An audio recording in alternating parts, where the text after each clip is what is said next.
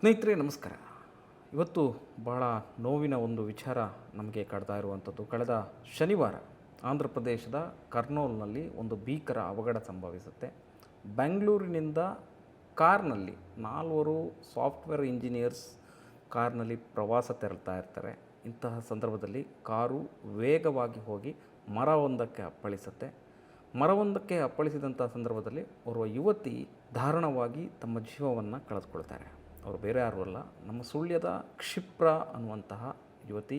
ಇನ್ನು 27 ವರ್ಷದ ಹುಡುಗಿ, ಕನ್ನಡಕದ ನಿವಾಸಿ ಶಶಿಕಲಾ ಭಟ್ ಅವರ ಮಗಳು ತಮ್ಮ ಜೀವವನ್ನು ಕಳೆದುಕೊಂಡಂತಹ ದುರ್ದೈವಿ. ಅವರು ಬಹಳಷ್ಟು ಕನಸುಗಳಿಂದ ಸಾಫ್ಟ್ವೇರ್ ಇಂಜಿನಿಯರ್ ಆಗಬೇಕು ಅಂತ ಹೇಳಿ ಸುಳ್ಯದ KVG ಶಿಕ್ಷಣ ಸಂಸ್ಥೆಯಲ್ಲಿ ಅವರು ತಮ್ಮ ಶಿಕ್ಷಣವನ್ನು ಪೂರೈಸ್ತಾರೆ. ಶಿಕ್ಷಣವನ್ನು ಪೂರೈಸಿದ ಬಳಿಕ ಉದ್ಯೋಗಕ್ಕಾಗಿ ಬೆಂಗಳೂರಿಗೆ ತೆರಳುತ್ತಾರೆ. ಬಾಲ್ಯದಿಂದಲೂ ಕೂಡ ಅವರು ಭಾಳಷ್ಟು ನೋವನ್ನು ಅನುಭವಿಸಿಕೊಂಡು ಬಂದವರು ಕ್ಷಿಪ್ರ ಅವರು. ಯಾಕಂತ ಹೇಳಿದ್ರೆ ತಂದೆಯನ್ನು ಕಳೆದುಕೊಂಡ ಬಳಿಕ ತಮ್ಮ ಜೀವನವನ್ನು ನಡೆಸಬೇಕಾದಂತಹ, ಶೈಕ್ಷಣಿಕವಾಗಿ ತಾವು ಬೆಳವಣಿಗೆಯನ್ನು ಕಾಣಬೇಕಾದಂಥ ಪರಿಸ್ಥಿತಿ ಅವರಿಗೆ ಎದುರಾಗುತ್ತೆ. ಇಂತಹ ಸಂದರ್ಭದಲ್ಲಿ ಅವರ ತಾಯಿ ಶಶಿಕಲಾ ಅವರು ಮಗಳನ್ನು ಬೆಳೆಸಿ ಅತ್ಯುತ್ತಮ ರೀತಿಯಲ್ಲಿ ಅವರಿಗೆ ಶಿಕ್ಷಣವನ್ನು ಕೊಟ್ಟು ತಮ್ಮ ಜೀವನವನ್ನು ಕಂಡುಕೊಳ್ಳಲಿಕ್ಕೆ ಅವರೊಂದು ಆಧಾರ ಸ್ತಂಭವಾಗಿರ್ತಾರೆ. ಇಂತಹ ಸಂದರ್ಭದಲ್ಲಿ ಒಳ್ಳೆಯ ಪೊಸಿಷನ್ಗೆ ಕೂಡ ಬರ್ತಾರೆ ಮಗಳು. ಶೈಕ್ಷಣಿಕವಾಗಿ ಏನು ತಾನು ಗಳಿಸ್ಕೊಳ್ಬೇಕೋ ಅದನ್ನೆಲ್ಲ ಗಳಿಸ್ಕೊಂಡು ಇನ್ನೇನು ಉದ್ಯೋಗದತ್ತ ಹೊರಡುವಂಥ ಸಂದರ್ಭ. ಬೆಂಗಳೂರಿನಲ್ಲಿ ಪ್ರತಿಷ್ಠಿತ ಕಂಪನಿಯಲ್ಲಿ ಅವರಿಗೆ ಉದ್ಯೋಗ ಕೂಡ ಸಿಗುತ್ತೆ. ಆ ಉದ್ಯೋಗವನ್ನು ಪಡೆದುಕೊಂಡು ಕೈಗೆ ಸಂಬಳ ಕೂಡ ಬರ್ತಾಯಿತ್ತು. ತಾಯಿಯನ್ನು ಕೂಡ ಜೊತೆಗೆ ಸಾಕ್ತಾ ಇದ್ದಂಥ ಸಂದರ್ಭ. ಎಲ್ಲೋ ಒಂದು ಕಡೆಯಲ್ಲಿ ಒಂದು ಬದುಕಿನಲ್ಲಿ ವಿಧಿಯ ಆಟ ಯಾವ ರೀತಿ ನಡೆಯಿತು ಅಂತ ಹೇಳಿದರೆ, ತಂದೆಯನ್ನು ಕಳೆದುಕೊಂಡ ಬಳಿಕ ಯುಕೆಗೂ ಕೂಡ ಒಂದು ಎಲ್ಲೋ ನೋವಿತ್ತು, ನಾನು ತಂದೆಯನ್ನು ಕಳ್ಕೊಂಡಿದ್ದೀನಿ ಅಂಥೇಳಿ. ಆದರೆ ಎಲ್ಲ ನೋವನ್ನು ಮರಿಬೇಕು ಅಂಥೇಳಿ ಫ್ರೆಂಡ್ಸ್ಗಳ ಜೊತೆ ತಮ್ಮ ಕಷ್ಟ ಸುಖಗಳನ್ನು ಹಂಚಿಕೊಳ್ತಾ, ಆಫೀಸ್ ಕೊಲೀಗ್ಗಳ ಜೊತೆ ಭಾಳಷ್ಟು ಖುಷಿಯಿಂದ ಎಲ್ಲ ನೋವನ್ನು ಮರಿತಾ ಇದ್ದಂಥ ಸಂದರ್ಭ. ಏನೋ ಒಂದು ಕಡೆ ನಾವು ಆಂಧ್ರ ಪ್ರದೇಶಕ್ಕೆ ಹೋಗಿ ಬರೋಣ, ಕರ್ನೂಲ್ ಸುತ್ತಾಡ್ಕೊಂಡು ಬರೋಣ ಅನ್ನುವಂತಹ ವಿಚಾರಕ್ಕೆ ಅವರು ಹೊರಟಿದ್ದರು. ಈ ರೀತಿಯಾಗಿ ಹೊರಟಿದ್ದಂಥ ಸಂದರ್ಭದಲ್ಲಿ ವೀಕೆಂಡ್ಸಲ್ಲಿ, ಸಾಮಾನ್ಯವಾಗಿ ಸಾಫ್ಟ್ವೇರ್ ಇಂಜಿನಿಯರ್ಸ್ ಅಂತ ಹೇಳಿದರೆ ಅವರಿಗೆ ವೀಕೆಂಡ್ಸಲ್ಲಿ ಅವರಿಗೆ 2 ದಿವಸಗಳ ಕಾಲ ರಜೆ ಇರುತ್ತೆ. ಒಂದು ಶನಿವಾರ ರಜೆ ಇರುತ್ತೆ, ಭಾನುವಾರ ರಜೆ ಇರುತ್ತೆ. ಸೊ 2 ದಿವಸ ಸಿಗುತ್ತಲ್ಲ ಅನ್ನುವಂಥ ಕಾರಣಕ್ಕೆ ಆಂಧ್ರ ಪ್ರದೇಶಕ್ಕೆ ಅವರು ಹೊರಡ್ತಾರೆ. ಬೆಂಗಳೂರು ಅಂದಮೇಲೆ ಅಲ್ಲಿ ಸಾಮಾನ್ಯವಾಗಿ 2 ದಿವಸಗಳ ಕಾಲ ಎಲ್ಲ ಸಾಫ್ಟ್ವೇರ್ ಇಂಜಿನಿಯರ್ಸ್ ಆಗಿರ್ಬೋದು ಅಥವಾ ಬೇರೆ ಬೇರೆ ಒಂದು ಖಾಸಗಿ ಕಂಪನಿಗಳಲ್ಲಿ ಕೆಲಸ ಮಾಡ್ತಾರೆ, ಯಾರು ಸ್ಯಾಟರ್ಡೆ ಸಂಡೇ ರಜೆ ಇರುತ್ತೆ ಅವರೆಲ್ಲರೂ ಕೂಡ ಟ್ರಾವೆಲ್ ಹೋಗೋದು ಒಂದು ವಾಡಿಕೆ, ಅದರಲ್ಲಿ ನಡೆಯುತ್ತೆ. ಎಲ್ಲರೂ ಕೂಡ ಸೇರ್ಕೊಂಡು ಹೋಗ್ತಾರೆ. ಹಾಗೆಯೇ ಕ್ಷಿಪ್ರ ಕೂಡ ಹೊರಟಿದ್ರು. ತಮ್ಮ 3 ಸ್ನೇಹಿತರ ಜೊತೆಗೂಡಿ ಒಂದು ಕಾರ್ನಲ್ಲಿ ತೆರಳ್ತಾ ಇದ್ದರು. ಇಂತಹ ಸಂದರ್ಭದಲ್ಲಿ ಕರ್ನೂಲ್ ತಲುಪ್ತಾ ಇದ್ದಂತೆ ತನ್ನ ನಿಯಂತ್ರಣವನ್ನು ತಪ್ಪತ್ತೆ. ಅತ್ಯಂತ ವೇಗವಾಗಿರುತ್ತೆ ಕಾರು. ನಿಯಂತ್ರಣ ತಪ್ಪಿ ಕಾರು ಹೋಗಿ ಒಂದು ಮರಕ್ಕೆ ಅಪ್ಪಳಿಸಿಬಿಡುತ್ತೆ. ಮರಕ್ಕೆ ಅಪ್ಪಳಿಸಿದಂತೆ ಕಾರು ನಜ್ಜುಗುಜ್ಜಾಗುತ್ತೆ.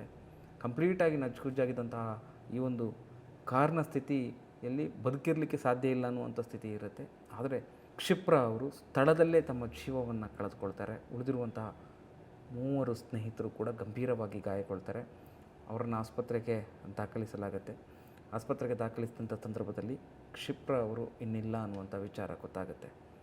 ಕೆಲವು ಸಲ ಈ ಥರದ ದುರಂತ ಸಂಭವಿಸಿಬಿಡುತ್ತೆ. ಯಾರೋ ಮಾಡಿದಂಥ ತಪ್ಪಿಗೆ ಚಾಲಕ ಅಲ್ಲಿ ನಿದ್ರೆಗೆ ಜಾರಿರುವಂಥ ಸ್ಥಿತಿ. ಈ ಸ್ಥಿತಿಯಲ್ಲಿ ಆತ ಚಾಲನೆ ಮಾಡಬಾರದಿತ್ತು. ಎಲ್ಲೋ ಒಂದು ಕಡೆಯಲ್ಲಿ ತನಗೆ ನಿದ್ರೆ ಬರ್ತಾ ಇದೆ ಅಂತ ಗೊತ್ತಿದ್ದ ನಂತರ ಆತ ಅದಕ್ಕೆ ಬೇಕಾದಂತಹ, ಅಥವಾ ಹೇಳ್ಬೋದಿತ್ತು ನನಗೆ ನಿದ್ರೆ ಬರ್ತಾ ಇದೆ, ಆಗ್ತಾ ಇಲ್ಲ ಅಂಥೇಳಿ ಒಂದು ಕಡೆ ಗಾಡಿ ನಿಲ್ಲಿಸ್ಬೋದಿತ್ತು, ಅಥವಾ ಬಾಕಿ ತನ್ನ ಜೊತೆಗಾರರಲ್ಲಿ ಯಾರಿಗಾದರೂ ಒಬ್ಬರಿಗೆ ತನ್ನ ಕರ್ತವ್ಯವನ್ನು ಬಿಟ್ಕೊಡ್ಬೋದಿತ್ತು. ಆದರೆ ಅದನ್ನು ಮಾಡದೆ ನಿದ್ರೆಯಲ್ಲೇ ಗಾಡಿ ಓಡಿಸ್ಕೊಂಡು ಹೋಗಿ ಎಂಥ ಅವಘಡಕ್ಕೆ ಕಾರಣ ಆದರೂ ಇಲ್ಲಿ ಒಬ್ಬರ ಜೀವವೇ ಹೋಗುವಂಥ ಸ್ಥಿತಿ ನಿರ್ಮಾಣ ಆಯಿತು. ಆಲ್ಮೋಸ್ಟ್ ಗಾಡಿ ಓಡಿಸೋರಲ್ಲಿ ಎಲ್ಲರ ಹತ್ರ ಒಂದು ವಿನಂತಿ ಏನಂತ ಹೇಳಿದರೆ, ಈ ಒಂದು ವಿಚಾರದಿಂದ ನಾವು ನೋಡೋದಾದರೆ, ದಯವಿಟ್ಟು ನಿಮಗೆ ಏನಾದರೂ ವಾಹನವನ್ನು ಓಡಿಸ್ಲಿಕ್ಕೆ ಸಾಧ್ಯ ಆಗದಂಥ ಸ್ಥಿತಿಯಲ್ಲಿ ದಯವಿಟ್ಟು ವಾಹನವನ್ನು ಒಂದು ಸೈಡಿಗೆ ಸೇಫ್ ಆದ ಜಾಗದಲ್ಲಿ ನಿಲ್ಲಿಸಿ ನೀವು ರೆಸ್ಟ್ ತಗೊಳ್ಳಿ. ಅನಂತರ ಮುಂದಿನ ಪ್ರಯಾಣವನ್ನು ಮುಂದುವರಿಸಿ. ಅಥವಾ ನಿಮ್ಮ ಜೊತೆಗಾರರಿಗೆ ಯಾರಾದರೂ ಒಬ್ಬರಿಗೆ ಟ್ರೈನಿಂಗ್ ಬರ್ತಾಯಿದ್ರೆ ಅವರಿಗೆ ನಿಮ್ಮ ವಾಹನವನ್ನು ಕೊಟ್ಟು ನೀವು ಸ್ವಲ್ಪ ರೆಸ್ಟ್ ಮಾಡಿ. ಯಾಕಂತಂದರೆ ರೆಸ್ಟ್ ಯಾವ ಸಂದರ್ಭದಲ್ಲಿ 1 ಸೆಕೆಂಡ್ 2 ಸೆಕೆಂಡ್ ನಮ್ಮ ಕಣ್ಣು ಮುಚ್ಚಿ ಹೋದರೂ ಕೂಡ ಹೈವೇಗಳಲ್ಲಿ ಬಹಳ ಅಪಘಾತ ದೊಡ್ಡ ಮಟ್ಟದಲ್ಲಿ ಆಗುವಂಥ ಸಾಧ್ಯತೆ ಇರುತ್ತೆ.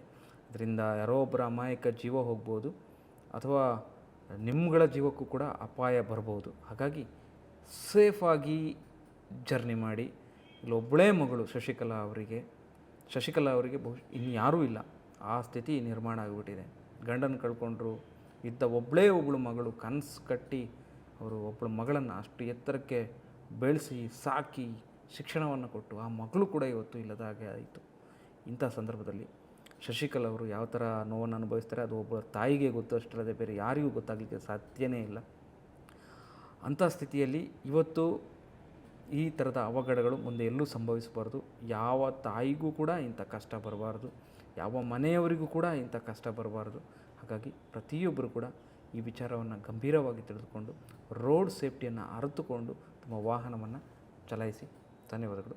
ನಮಸ್ಕಾರ.